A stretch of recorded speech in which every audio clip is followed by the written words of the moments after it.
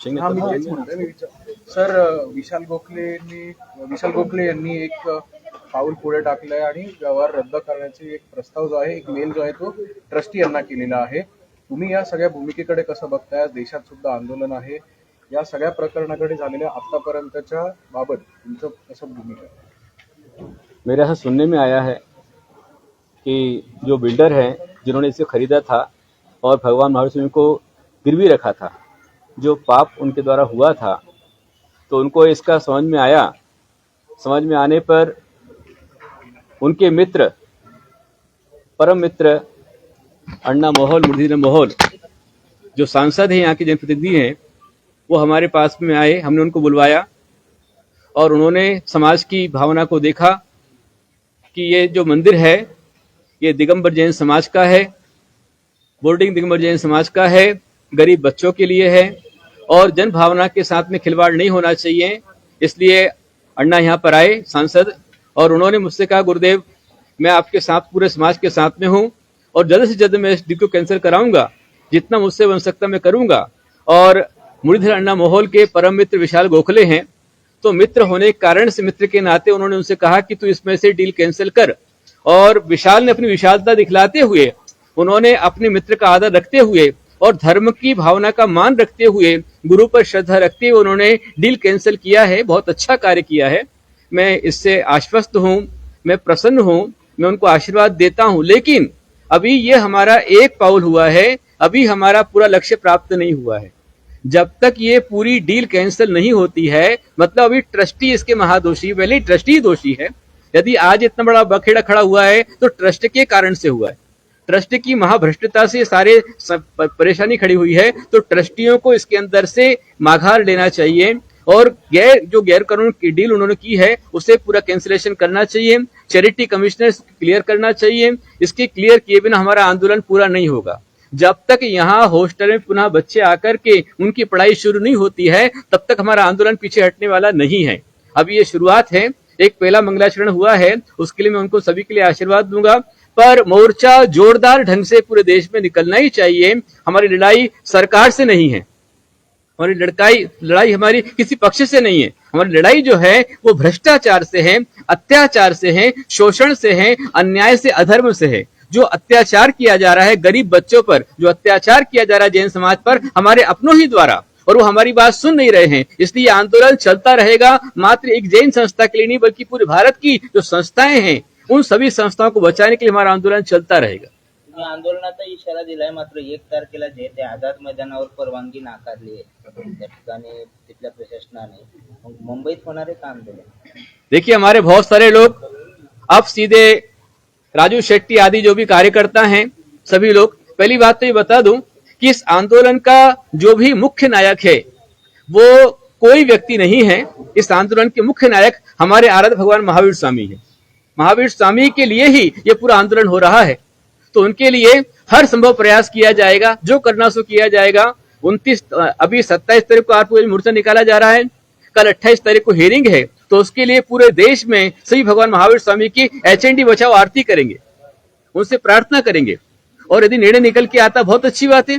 नहीं आता है तो 29 तारीख को सकल जैन समाज, और जैन समाज नहीं, सकल समाज, क्योंकि इस आंदोलन को जो रूप मिला है वो अकेले जैनों से नहीं मिला है, बल्कि जन जन, हर एक पार्टी, हर एक पक्ष, हर एक मत, हर एक संप्रदाय, सभी ने मिलकर इसको सपोर्ट किया है. इस कारण से ये आंदोलन इस ऊंचाई को प्राप्त हुआ है. सारी पार्टी, अभी तो मैं कहूंगा कि शासन भी पूरी तरह से हमारे साथ में दिखलाई दे रहा है, पर पूर्णता से आ जाए तो बहुत अच्छी बात होगी. इसलिए 29 तारीख को पूरे देश में इसके लिए अनशन का आंदोलन पूरा समाज करेगा, सब लोग करेंगे. और यदि उसमें सारा विषय क्लियर हो जाता है, समाज के हाथ में ये मंदिर पूरा आ जाता है, तब तो हम इसका जल्लोष मनाएंगे. और जल्लोष मनाने के लिए 29 तारीख से यहाँ पर एक 8 दिन का भव्य अनुष्ठान यहाँ पर होगा.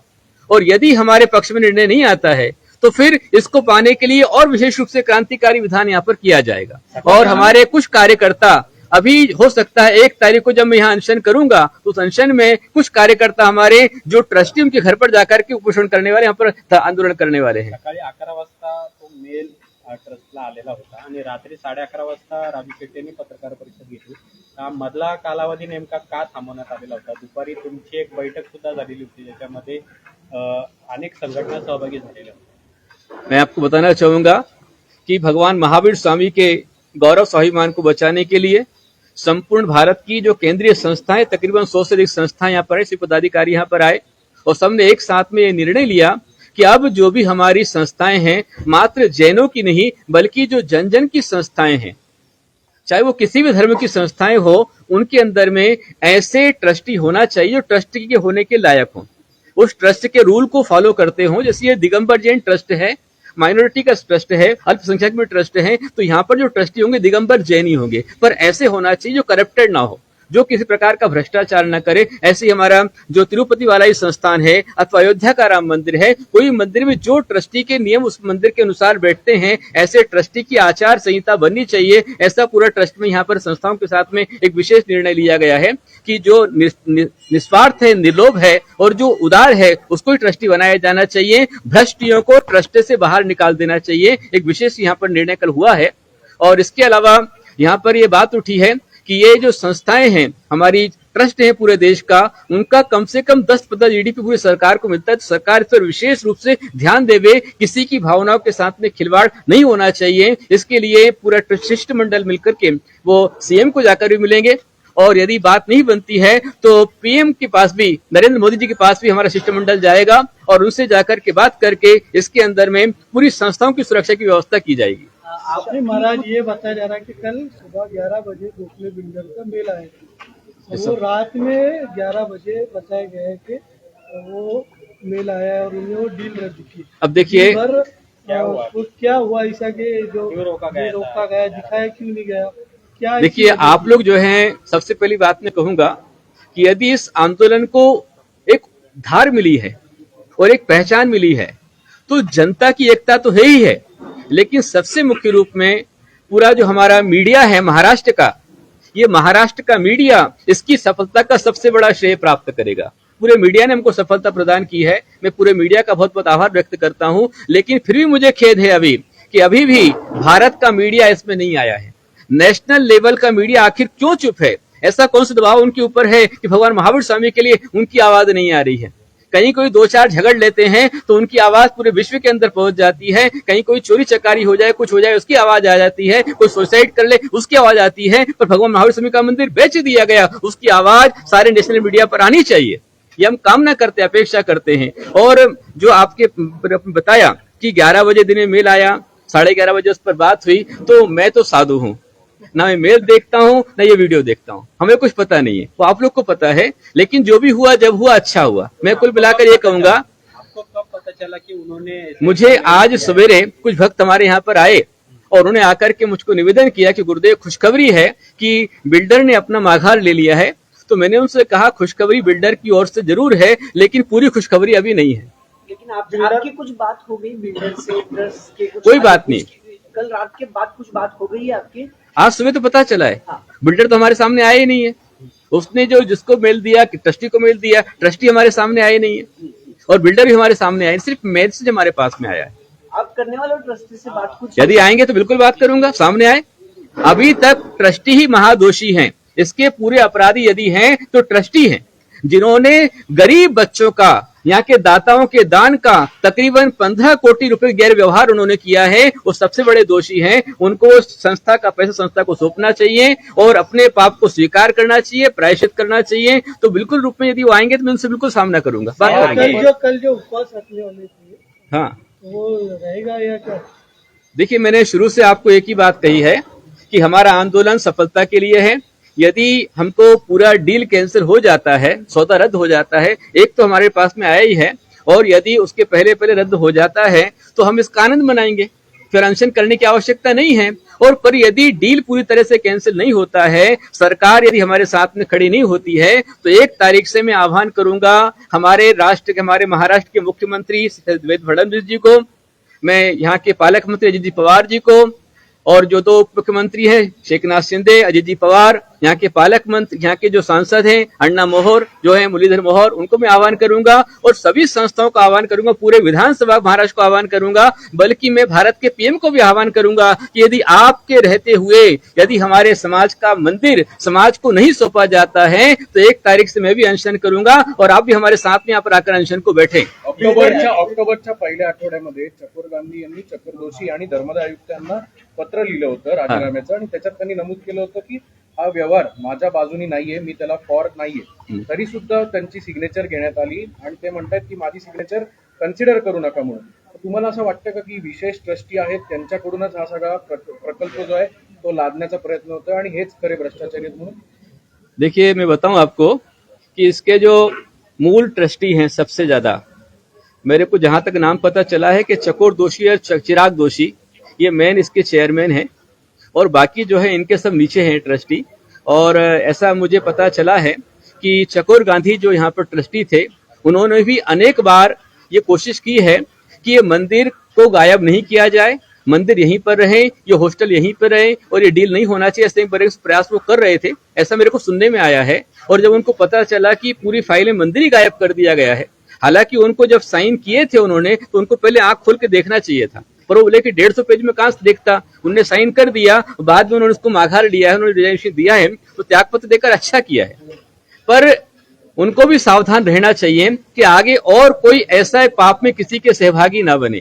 एक संस्था तो बेचने का पाप उनके द्वारा हो गया, पर पीछे हट गए, आए कोई संस्था उनके द्वारा बिकना नहीं चाहिए, इसके लिए सावधान उनको होना चाहिए. एक बड़ी सफलता है कि जो ट्रस्टी में से एक ट्रस्टी ने त्यागपत्र दिया, ये बड़ी सफलता है. दूसरी सफलता, आज हमारे बिल्डर ने इसमें से पीछे हटे, बहुत बड़ी सफलता है. और मैं कहूंगा कि मित्रों की मित्रता की मिसाल अन्ना मोहल, मुरलीधर मोहल ने और विशाल गोखले ने कायम की है. ये क्या दोस्ती होती है, कितना बड़ा व्यवहार ये था, करोड़ों का व्यवहार था, पर दोस्ती के लिए उन्होंने व्यवहार को तोड़ दिया, बहुत अच्छी मिसाल कायम की है. ऐसी दोस्ती सबकी होना चाहिए. हा व्यवहार रद्द करायला वेळ लागला असं वाटतंय का? बिल्डरनी वेळेत करायला पाहिजे होतं का? अब ये देखिए, सरकार के हाथ में तो मिनटों में काम हो जाएगा.